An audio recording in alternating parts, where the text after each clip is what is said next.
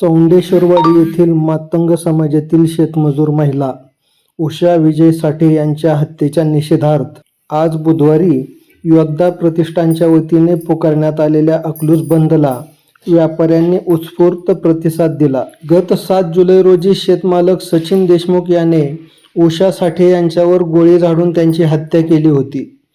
या प्रकरणातील मुख्य आरोपीला कठोर शिक्षा व्हावी आणि इतर संशयितांना सह आरोपी करण्यात यावे या मागणीसाठी योद्धा प्रतिष्ठानने बुधवारी 15 जुलै रोजी दुपारी 2 वाजेपर्यंत अकलूज बंदचे आवाहन केले होते.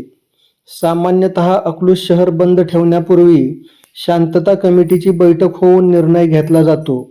मात्र योद्धा प्रतिष्ठानने पुकारलेल्या या बंदला शांतता कमिटीने हरकत घेतली होती आणि शहर बंद ठेवू नये असे आवाहन नागरिकांना केले होते.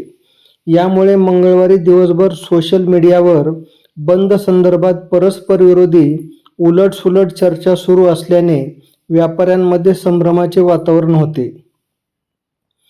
बंद पुकारणाऱ्यांनी व्यापाऱ्यांनी आपल्या जबाबदारीवर दुकाने उघडावीत, काही अनुचित प्रकार घडल्यास आम्ही जबाबदार राहणार नाही असा इशारा दिला होता.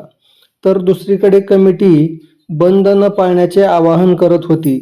अखेर कोणत्याही प्रकारच्या मालमत्तेचे नुकसान होऊ नये, खबरदारीचा उपाय म्हणून व्यापाऱ्यांनी स्वतःहून दुकाने बंद ठेवली.